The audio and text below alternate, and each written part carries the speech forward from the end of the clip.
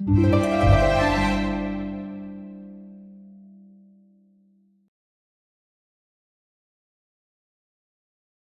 Friends, मैं हूं doctor नवीन अग्रवाल। मैं एक इंटरवेंशनल कार्डियोलॉजिस्ट और गुजरात के वलसाड और वापी जिले में प्रैक्टिस करता हूं। आज आपके लिए एक इंपॉर्टेंट और यूजफुल टॉपिक। रिसेंटली हमने एक सीरीज स्टार्ट की थी जिसमें एक इंडिविजुअल ड्रग्स के बारे में हम बात करते हैं, इंडिविजुअल मेडिसिन के बारे में बात करते हैं और वो आपकी लाइफ को कैसे अफेक्ट करते हैं, उनको किस चीज़ों के इंडिकेशंस के लिए लिया जाता है और उनको क्या फ़ायदे के क्या नुकसान है, इस बारे में हम बात करते हैं।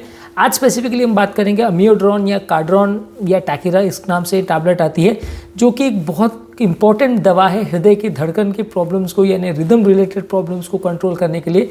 ये टैबलेट फॉर्म में भी आती है और इंजेक्टेबल फॉर्म में भी आती है।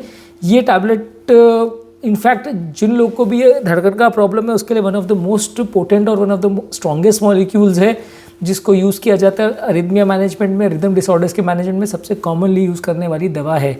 तो इस बारे में जानना ज़रूरी है, इसलिए रिक्वेस्ट करूँगा कि जो लोग इस कंटेंट या इस मेडिसिन को यूज़ करते हैं वो इस वीडियो को एंड तक देखें। जो लोग हमारे चैनल पर नए हैं उन्हें रिक्वेस्ट करूँगा कि चैनल को सब्सक्राइब करें। जो लोग इस कंटेंट को इंग्लिश में देखना चाहते हैं उनके लिए रिसेंटली डॉक्टर नवीन अग्रवाल कार्डियो केयर इंग्लिश करके हमने चैनल स्टार्ट किया, आप उस कंटेंट को इंग्लिश में भी देख सकते हैं। और यदि आपकी कोई कमेंट्स, क्वेरी, सजेशंस है या कोई और टॉपिक्स पर आप चाहते हैं वीडियोज़ बनाए तो नीचे कमेंट सेक्शन में उनके बारे में बताइए, हम उन टॉपिक्स को कवर करने का प्रयास करेंगे। आज का टॉपिक है अमियोड्रोन, जो कि एक एंटी एरिथमिक ड्रग है। उसके बारे में ज़्यादातर एक कार्ड्रॉन और टैकीरा के नाम से आती है। इसका स्टैंडर्ड डोज है 200 मिलीग्राम्स की टैबलेट आती है, 100 मिलीग्राम्स की भी आती है। ज़्यादातर स्टैंडर्ड हर एक व्यक्ति को हम एक लोडिंग डोज देते हैं। अगर पेशेंट अब तक टैबलेट कभी नहीं लिया है तो 200 मिलीग्राम्स दिन में 3 बार या दिन में 2 बार 7 दिन के लिए दिया जाता है। उसके बाद दिन में 1 बार कंटिन्यू कर दिया जाता है। जो लोग का लिवर का प्रॉब्लम है या जो लोग की उम्र ज़्यादा है या जो लोग का टॉलरेंस ड्रग का कम है उनको 100 मिलीग्राम्स का टैबलेट दिया जाता है। इंजेक्शन में अगर किसी को देना है, अगर किसी को रिदम रिलेटेड डिसऑर्डर्स है तो उसमें बोलस डोज दिया जाता है 150 मिलीग्राम्स का। उसके बाद इन्फ्यूजन में कंटिन्यू रखा जाता है 24 घंटे तक और उसके बाद कंटिन्यूस उसको इंजेक्शंस के बाद टैबलेट्स पर स्विच ओवर कर दिया जाता है। बहुत सारे केसेस में टैबलेट को लाइफ टाइम भी कंटिन्यू करना पड़ता है, क्योंकि ये मेडिसिन अगर रिदम रिलेटेड प्रॉब्लम है, जैसे आप दवा बंद करोगे तो मेडिसिन का इफेक्ट चला जाएगा, उसके बाद वापस से प्रॉब्लम आना चालू हो जाएगी। ज़्यादातर इसको लाइफ थ्रेटनिंग रिदम डिसऑर्डर जैसे ventricular tachycardia, ventricular fibrillation, cardiac arrest, ये सब चीज़ों के लिए यूज़ किया जाता है। एट्रियल अरिथमियाज और एट्रियल फिब्रिलेशन के लिए भी इसको कॉमनली यूज़ किया जाता है। ये दवा क्लास 3 एंटी एरिथमिक के ग्रुप्स में आती है और ऑलमोस्ट इस तरह का केसेस में ये मान के चलिए कि अगर किसी पेशेंट में आपको कौन से टाइप का अरिथमिया ये पता नहीं चल पा रहा है, सिंपल दवाओं से पेशेंट रिस्पॉन्ड नहीं कर रहा है, तो फिर इसको यूज़ किया जाता है। ये थोड़ी सी स्ट्रॉन्ग और टॉक्सिक दवा है, इसलिए इसको थोड़ा सा ध्यान से यूज़ करने की ज़रूरत है। ये व्यक्ति को थोड़ा सा नुकसान भी पहुंचा सकती है, उस बारे में डिटेल में बात करेंगे। पर ये दवा को थोड़ा सा ध्यान से यूज़ करने की ज़रूरत है, क्योंकि स्ट्रॉन्ग तो बहुत है, यूज़फुल तो बहुत है, लेकिन थोड़ी टॉक्सिक साइड इफ़ेक्ट्स प्रोड्यूस कर सकती है, इसलिए ज़्यादा कॉशन रखने की ज़रूरत है। पर हाँ, अगर आपको समझ में नहीं आ रहा है कि कौन सा रिदम रिलेटेड इशू है, कई बार ऐसा भी होता है कि पेशेंट को पैल्पिटेशन वगैरह बार बार हो रहे हैं लेकिन ईसीजी डॉक्यूमेंटेशन नहीं हो पाया, होल्टर वगैरह में भी कुछ नहीं आ रहा है, तो वहाँ ये एक रामबाण दवा जैसी है कि जिसको हर के इंडिकेशन में आप यूज़ कर सकते हैं और ज़्यादातर केस में इफेक्टिव हो जाती है। इंजेक्शन वाले का भी चक्कर यही है कि अगर पेशेंट ऐसे ईसीजी लेके आता है, चाहे वो वेंट्रिकुलर टैकीकार्डिया है, आपको समझ में नहीं आ रहा है कि उसको कैसे मैनेज करना है, कि कौन से टाइप का अरिथमिया है, तो ज़्यादातर इसको इंजेक्शन फॉर्म में दिया जाता है और 70 to 80% सक्सेस रेशियो रहता है। रिदम को नॉर्मल कर देता है और उसके बाद पेशेंट को आप बाकी आगे मैनेज कर सकते हो। अगर बहुत सीवियर अरिथमियाज लेके पेशेंट आता है तो ये स्टैंडर्ड गाइडलाइंस में माना जाता है कि अगर बहुत सीवियर अरिथमियाज है तो उसको बीपी अगर बहुत ज़्यादा ड्रॉप हुआ है तो पेशेंट को आप शॉक करके रिदम को नॉर्मलाइज करते हैं। अगर पेशेंट का बीपी अनस्टेबल है तो शॉक करना है, अगर स्टेबल है तो आपको उसको कार्ड्रॉन या अमियोड्रोन का इंजेक्शन देके आप उसको ट्रायल देते हैं। उससे अगर रिदम रिवर्ट नहीं होती है तो फिर शॉकिंग का ट्रायल देना पड़ता है। डीसी कार्डियोवर्जन जो शॉक मैं कह रहा हूँ वो नॉर्मली अलग अलग अरिथमियाज के हिसाब से अलग अलग इंटेंसिटी का होता है। उसका सक्सेस रेशियो अरिथमिया में लगभग 80 to 90% जैसा होता है। अमियोड्रोन टैबलेट का जो है रिदम को नॉर्मलाइज करने में सक्सेस रेशियो थोड़ा सा कम होगा, मे बी 50 to 80% के बीच में जाएगा अलग अलग टाइप ऑफ अरिथमियाज के लिए। इसका इंजेक्शन ऑन एन एवरेज ज़्यादातर आईसीयूज़ में यूज़ किया जाता है, लेकिन थोड़ा सा इसका प्रॉब्लम ये है कि अगर किसी पेशेंट को ये दिया जाता है तो थोड़ा सा आपको मॉनिटरिंग रखने की ज़रूरत है, क्योंकि ये सडनली गति को कम भी कर सकता है, सडनली हार्ट को बंद भी कर सकता है। तो इस तरह के इंजेक्शन को आप घर के बेस यूज़ के लिए नहीं दे सकते पेशेंट को, या आउट ऑफ आईसीयू सेटिंग्स में नहीं दे सकते, या ऐसे हॉस्पिटल्स में ही नहीं यूज़ कर सकते जहाँ पे प्रॉपर रिदम मॉनिटरिंग की फैसिलिटीज़ है, या जहाँ पे पेसमेकर वगैरह की फैसिलिटी नहीं हो। मतलब क्या होता है कि सडनली अगर गति बहुत कम हो गई, अगर बहुत ज़्यादा मैनेज नहीं हो पा रहा है, तो आपको पेसमेकर करके भी उसको नॉर्मलाइज करना पड़ता है, पेसमेकर करके भी गति को इम्प्रोवाइज़ करना पड़ता है। तो वो फैसिलिटी एक्स्ट्रा होनी चाहिए। दूसरा क्या है, ये थोड़ा सा ब्लड प्रेशर को भी ड्रॉप करता है और कई बार साइनस नोड कंडक्शन को भी स्लो करता है, क्यूटी इंटरवल को प्रोलॉन्ग करता है। तो ये सारे साइड इफेक्ट्स इससे थोड़ा सा रहते हैं, तो इसलिए थोड़ा सा सावधानी के साथ इसको यूज़ करने की ज़रूरत है। लंबे समय तक इसको लेने से ये थायराइड हार्मोन के फंक्शन को अफेक्ट करता है, क्योंकि ये आयोडीन के मेटाबॉलिज्म को अफेक्ट करता है। तो ये एक डेंजरस साइड इफेक्ट्स इसका होता है। ओवरडोज अगर ले लिया जाए तो ये ब्लड प्रेशर को कम कर सकता है, गति बहुत ज़्यादा कम कर सकता है, लिवर टॉक्सिसिटी कर सकता है, कंडक्शन सिस्टम को कम्प्लीटली ब्लॉक कर सकता है, जिसमें बीपी को बढ़ाने के लिए दवाइयों की ज़रूरत भी पड़ सकती है और गति को बढ़ाने के लिए इंजेक्शन के और टेम्परेरी पेसमेकर की ज़रूरत भी पड़ सकती है। और कई बार पेशेंट्स को मैनेज करना मुश्किल भी हो जाता है। इसका सबसे बड़ा प्रॉब्लम यह है कि अगर ओवरडोज में ले लिया जाए तो ये डायलिसिस करके भी बॉडी से रिमूव नहीं की जा सकती है, नॉन डायलिजिबल प्रोडक्ट्स में आता है, तो ब्लड से इसको निकाल पाना थोड़ा सा मुश्किल पड़ता है। ये फैट सेल्स में जाके स्टोर हो जाता है और हफ्तों महीनों तक धीरे धीरे करके निकलता है। इसका हाफ लाइफ 56 डेज़ का है, तो अगर एक बार बॉडी में चला जाता है तो फैट सेल्स में स्टोर हो जाता है, तो धीरे धीरे करके निकलता रह सकता है। तो इसलिए लंबे समय तक असर करने वाली चीज़ है, तो थोड़ा सा सोच के ही इसको देना चाहिए कि इसको अगर ज़रूरत है तो दीजिए, ज़रूरत है तो बहुत अच्छा असर करेगी, बहुत सारी चीज़ों में आपकी मदद करेगी। लेकिन अगर गलत कारणों से दिया जाए तो नुकसान भी कर सकती है।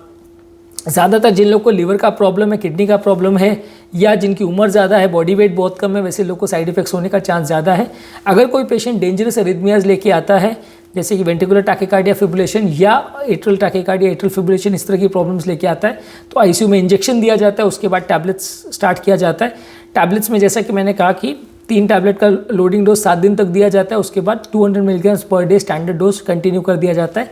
इस डोज पे यूजली साइड इफेक्ट्स होने का चांस या गति का बहुत कम होने का चांस कम है, पर हाँ किसी का उम्र ज़्यादा है, किडनी फेलियर है, लिवर फेलियर है, तो वैसे लोगों में साइड इफेक्ट्स होने का चांस भी थोड़ा ज़्यादा हो सकता है।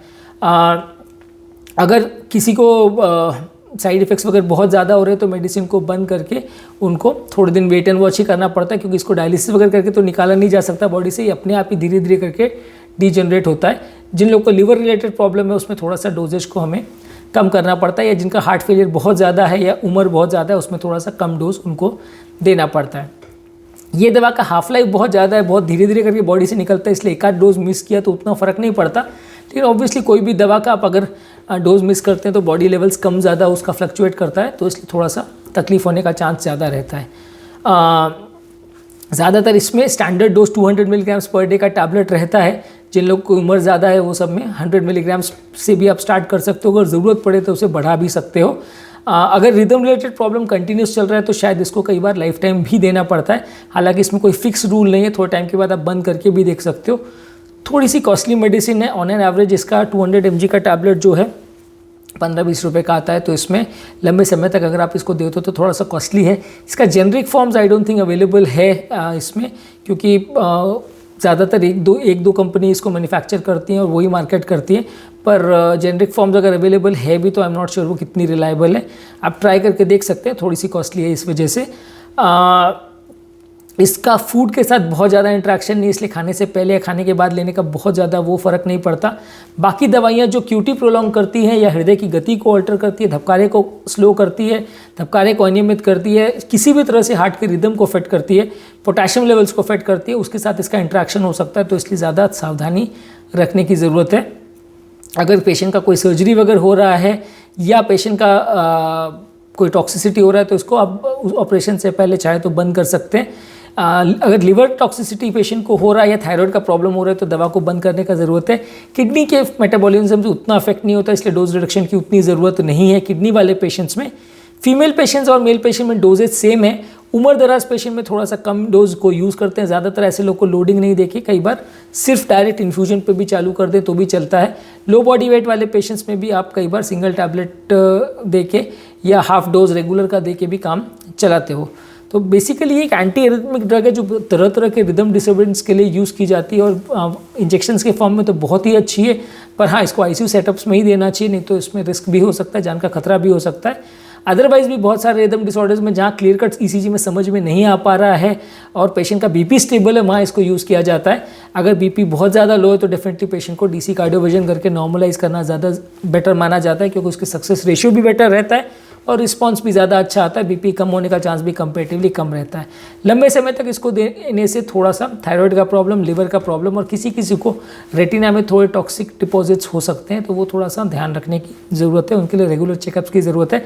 बहुत ज़्यादा लंबे समय तक देने में किसी किसी को लंग में भी थोड़ा सा डैमेज हो सकता है। अदरवाइज़ ये काफ़ी सेफ दवा है और अगर स्टैंडर्ड डोज में दिया जाए तो इतना दिक्कत नहीं होती है। लेकिन हाँ, बाकी अरिथमिया को कंट्रोल करने वाली मेडिसिन के कंपैरिजन में थोड़ी ज़्यादा टॉक्सिक है, तो इसलिए थोड़ा सा ज़्यादा कॉशन रखना पड़ता है। बीटा ब्लॉकर्स और बाकी सारी मेडिसिन, कैल्शियम चैनल ब्लॉकर्स तो आप आराम से दे सकते हो, उसमें साइड इफेक्ट्स का उतना रिस्क नहीं रहता है। इसके जो भी साइड इफेक्ट्स हैं उनसे कंपैरेटिवली ज़्यादा हैं, तो इसलिए नेक्स्ट बेस्ट ऑप्शन इसको माना जा सकता है। तो आज के टॉपिक में हमने बात की अम्योड्रोन, जो एक इंपॉर्टेंट कार्डियक मेडिसिन है, उसके बारे में। अगर आपके कोई कमेंट्स, क्वेरी, सजेशन है जिनको हमने इस टॉपिक में कवर नहीं किया है, जिसको आपको लगता है कि डिस्कस करना चाहिए, तो आप नीचे कमेंट सेक्शन में उनके बारे में बता सकते हैं। यदि आपकी कोई पेशेंट रिलेटेड क्वेरीज है जिसको आप चाहते हैं हम अपने चैनल पर डिस्कस करें, तो उसे भी आप नीचे कमेंट सेक्शन में डिस्कस कर सकते हैं। हम उन्हें भी सॉर्ट आउट करने का प्रयास करेंगे। अंत में मैं डॉक्टर नवीन अग्रवाल तहे दिल से आपका शुक्रिया अदा करूँगा कि आपने इस टॉपिक को एंड तक देखा।